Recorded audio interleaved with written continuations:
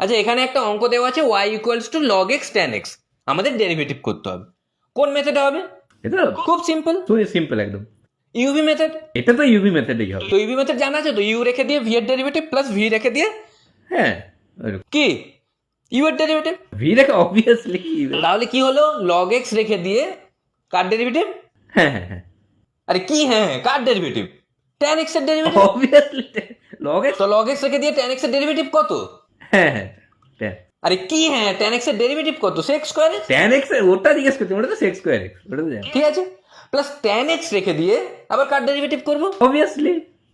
আরে কি obviously? Obviously log x এর ডেরিভেটিভ। হ্যাঁ, তো লগ এক্স এর ডেরিভেটিভ কত? লগ হ্যাঁ, 1/x। লগ এক্স এর তো 1/, বুঝতে পারছিস তো পুরোটা? পুরো লগ এক্স এর তো 1/, বুঝতে পেরে গেছিস? একদম একদম।